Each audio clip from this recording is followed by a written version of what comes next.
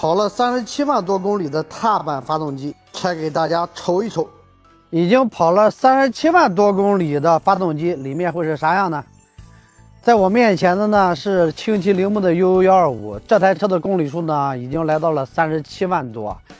当时轻骑铃木不是搞了一个那个里程挑战赛嘛，前3就是这台37万多公里的 UU， 然后下面一台就是36万多公里的 UI， 然后第3个就是也是台 UU125肯定呢这公里数最多的是最有看点的。那本期呢就把它的发动机抬下来，然后拆给大家看一看。在拆之前呢，先给大家看一下这台发动机的状态。来启动，听一下声音啊，大家听一下声音还是很安静的，有点小链条声，这个在意料范围内。然后再听听加油门的。37万6千公里呢，有这样的声音已经是不错的了。好了，把发动机抬下来。由于 UU 是机械表所以说大家看它的表只显示了7万多，那是因为表已经归零3次了。看一下发动机，不像是被拆过的。那好，咱们可以继续做拆解了。因为这个发动机如果说37万公里有拆修过的话，那拆起来就没有意义了。现在还有脚启动的发动机应该很少了吧，都淘汰掉了。它这个37万6千公里一直在事后做保养的，所以呢有完整的记录证明它是37万多公里。这地方有他们出的证明。看一下传动箱盖里面不是太干净都是皮带磨损的渣。传动作为损耗品呢，那不可能说37万多公里它不换传动的，这个都不知道被换过多少次了。所以传动呢咱就不重点看了它的离合部分呢用的是重庆长兴的，这边有长兴的标，这个挽弓也没看的价值，毕竟是后换过的。看一下皮带，皮带用的是盖刺的单面齿的皮带。大家看看普利珠，这一部分的磨损呢也没有参考价值，普利珠不可能坚持到30多万公里的，但是这个普利珠呢已经磨损严重了，车主又该再一次进行更换了。这台车是车主2020年购入的，平时主要跑外卖跑闪送，更换不及时能理解。包括这个位置，大家看看都磨成尖的了，还有这里呢都磨破了。那这个普利盘呢，它跑的公里数呢应该也不少。来看下这传动箱里面是不是很脏，这都是皮带磨损的渣，又加上公里数大有点渗油，两种东西掺一块去了，正好呢也是一个37万多公里的一个佐证了。缠两刀给大家看一下，厚厚的一层我是没见过那么脏的传动箱，这个东西摸一下是软的，再铲多一点给大家近距离看一下，碾一下是软的，那就是皮带磨损下来的渣。37万公里不知道他换了多少条皮带了，这曲轴油封有点渗油了，但是37万公里呢是能原谅的。这皮带的渣呢不光这里整个传动箱里面甩的到处都是，没有那么长的公里数也不会这样的。来拆掉马达，看看马达能不能成为37万多公里的佐证。那就来看一下马达的齿，大家可以暂停看一下，这个齿磨损已经算不小的了。其实送外卖和闪送它的马达使用频率呢也不会说太高，但是因为公里数累积的缘故，那这马达的齿呢也是能作为佐证了。毕竟启动的次数少，骑行的时间多。大家现在拿笔算一下6年的车跑37万6千公里，像外卖闪送一天得跑多少公里？我问了那些在我这买机油的小哥们，要是想赚钱的话，一天200-300公里呢是家常便饭。看下这个胀气器有点渗油，也没拆过，拆过就有痕迹然后呢，进气气管下方，这应该是密封失效，有点漏气流导致的。拆掉缸头，看看发动机里面干不干净。不过从这个螺丝来看呢，里面估计都是油泥。果然开盖没惊喜，缸头盖里面呢能看到油泥，虽然不是很厚，但是也不少。看看37万多公里气门都没调过，这原厂的标记还在，只是脏了一点而已，螺丝也没有被拧过的痕迹。再来看看排气门的，同样如此，优秀。这样看下去油泥量也是不少的，正时链条也没换过，都松了。这样看不明显，等我拆下来再给大家看一下。那也就是说呢，这台发动机是37万多公里，除了传动，其他地方根本没动过。验证发动机的缸头盖有没有动过呢？还有一种方法，就是这个缸盖密封垫，这个只要拆一次，后面就很好拆的。如果说原厂没拆过，那拆到它的半圆带胶的部分呢，就很难拆。就是这里，我估计各位同行都是感同身受，只要没动过的，它就不好拆。可能是因为老化了，我随便拽一下，把这里差点拽破了。在这么大的公里数下，老化是正常的，根本搬不动，用钳子强拆吧，只能这样了。啊，对了，UU125的发动机呢，跟 U2 发动机是一样的。之前很多网友呢呼吁过，那这台拆起来是不是更有意思？看看胀紧器的密封垫还是原装的，要是拆过换过的话，也不是这样子的。下面把缸头给拆下来。啊，对了，得测一下它的气门间隙。用手试呢，这个气门间隙就已经偏小了。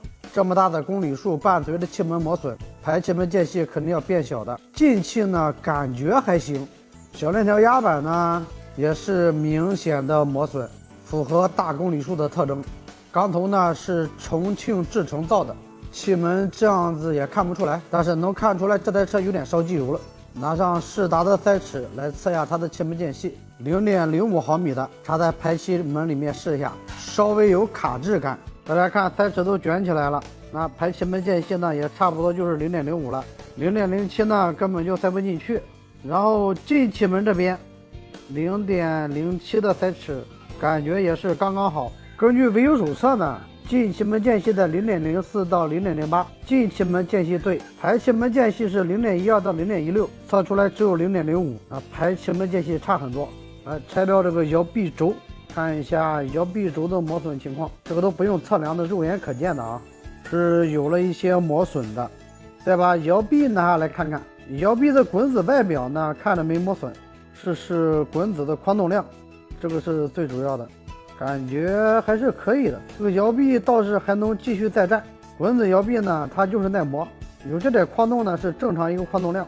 再来看一下它的凸轮轴，凸轮轴居然没有磨损，只是有一个色差，滚子经过的地方呢就显得亮一点，厉害。看一下凸轮轴的轴承，用的是8环的，看来8环也不是没有好轴承，这都用了37万多公里了。它是 C3 油动间隙的。轴承呢也没什么噪音，看样子还可以再战。这边的小链条导向板呢都被胀紧器顶变形了，主要是因为链条长了导致的。把气门拆下来看一下啊，先连下这个气门弹簧，气门弹簧的长度呢36.7，标准呢是36.99，稍微有点乏。气门油封，拨下气门试一下，估计都不用试，这明显气门油封也老化了。任何的阻力都没有。把两个气门给拿出来，看一下气门跟气门座圈的接触面。座圈这一块呢，肉眼看上去进气门还好，排气门座圈有麻点。气门这边啊，进气门的接触面看着也可以，但是排气门能明显看到有磨损，而且接触面还算是有点粗糙。开个微距拍一下，排气门磨损是很明显的。37万6000公里成这样也不为过。气门杆这块本来想用铅粉纸测量的，但是这样看的话也不用测量了，大家自己看也能看出来没有磨损，挺光亮的。这个缸头要修的话，就要绞气门座了，然后再换新气门磨气门。来看一下它的中缸如何。先看一下气缸的排气侧，这一侧呢只算有使用痕迹，这个竖纹不算拉，因为大家看这个航模纹啊还是清晰可见的，在竖纹的地方呢它没有断，所以这种呢只能算使用痕迹。那调个角度给大家看一下，这航模纹你看是连续的吧，这个是真可以。再来看看进气侧，进气侧居然有2道拉痕，还挺宽，但是刚刚大家听它的声音也正常是吧？知道为啥不？像这种分布在活塞两侧的拉痕都是缸内高温导致的，跟37万多公里还有机油是没关系的。这里面呢要聊到活塞的结构，活塞呢是一个中凸椭圆的机构，它在活塞裙部的中间位置，然后底部1厘米往上，这个位置呢是活塞直径最大的地方。反常点大家就看出来了吧，直径最大的地方没有拉痕，反而在两侧直径小地方有拉痕，又加上排气侧没有拉，只有进气侧拉，这种就完全可以判定为缸内高温导致的。哪样会造成缸内高温呢？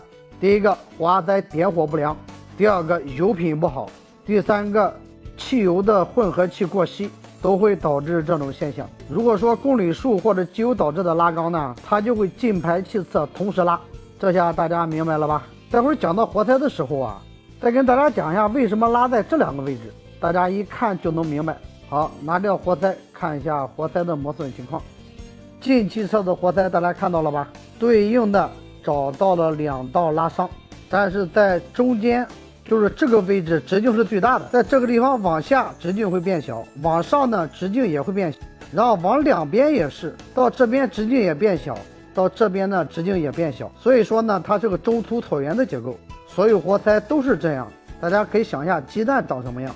再来看看排气侧，只是涂层有点磨损，这活塞的车道纹还在，说明这活塞呢这一侧等于没磨损。那为什么会出现两侧的这道伤呢？大家看活塞的结构也能看出来。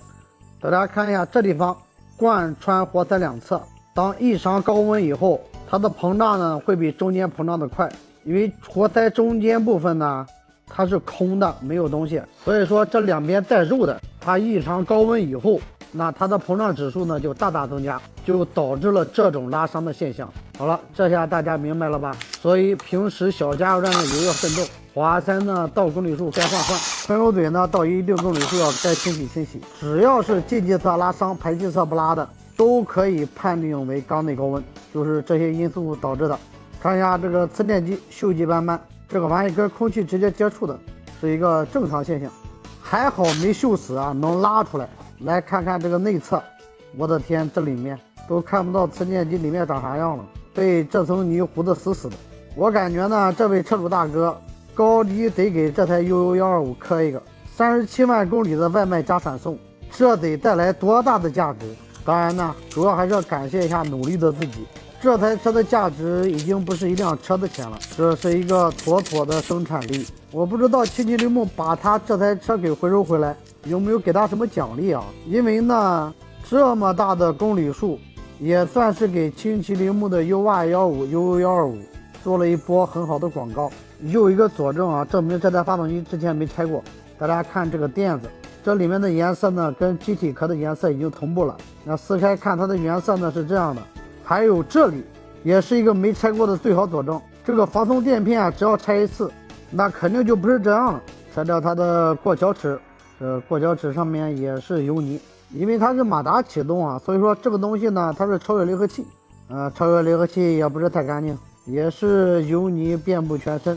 来看一下这个超越离合器的磨损情况，主要看一下这个大齿内侧，这样看跟启动滚珠接触的地方并没有产生磨损，所以呢，符合它外卖闪送用车习惯，就是车子经常跑，但是马达工作少。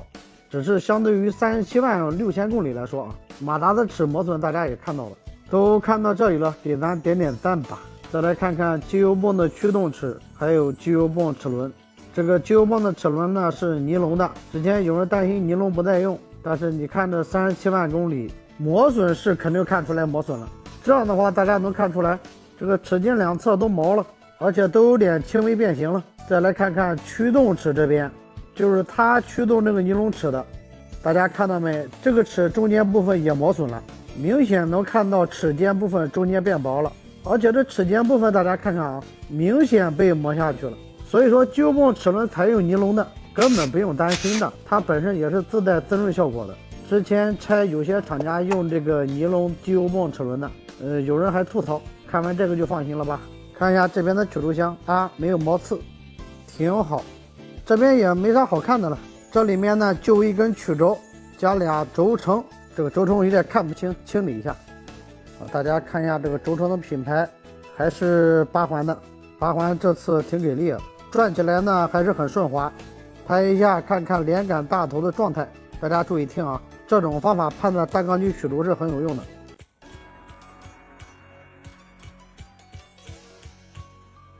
大家应该能听到稍微有点晃动的声音。现在里面有机油，从这个油道孔里面把这个里面机油给洗掉，再拍给大家听一下。这样的话，里面的油呢就基本上能干净了。再拍一下给大家听听。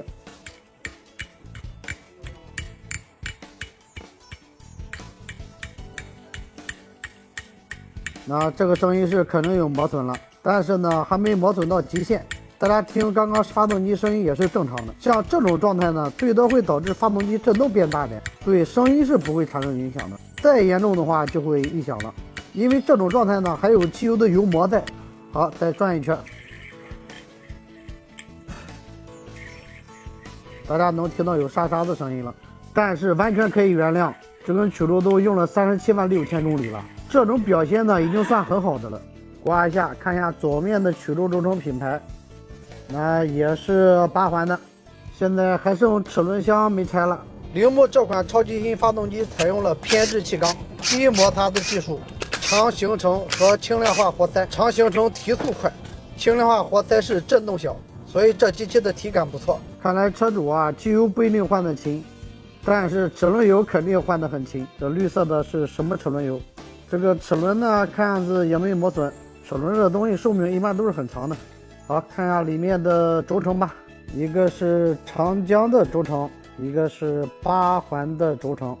再看看这个外面的是长江的轴承，再看看这另一侧有2个8环的轴承，然后带轴的这根呢是长江的，铁木开头，是采用了特殊热处理。对了，再来测一下活塞环的开口间隙，先测第一道气环，实际测量出来呢大概是0.3，塞车的厚度大家看一下，这已经超过原厂规定的0.2了。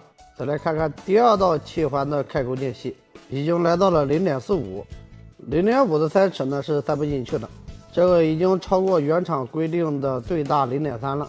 然后油环测出来的开口间隙呢是0.38毫米，这个呢肯定也是超了。好了，到这里呢，这台376000公里的铃木悠悠发动机就拆完了。这个呢不是说到376000公里就废了，它还能继续骑。开头也录了声音给大家听了，这个里程数呢确实挺给力的。开到最后呢，就齿轮箱里面最干净，这油泥呢是有点偏重。如果说大家比较在意油泥的话，用壳牌爱德王子的机油，它的清洁能力强，就不会产生这么大的油泥。好了，本期视频就到这里，感谢大家观看。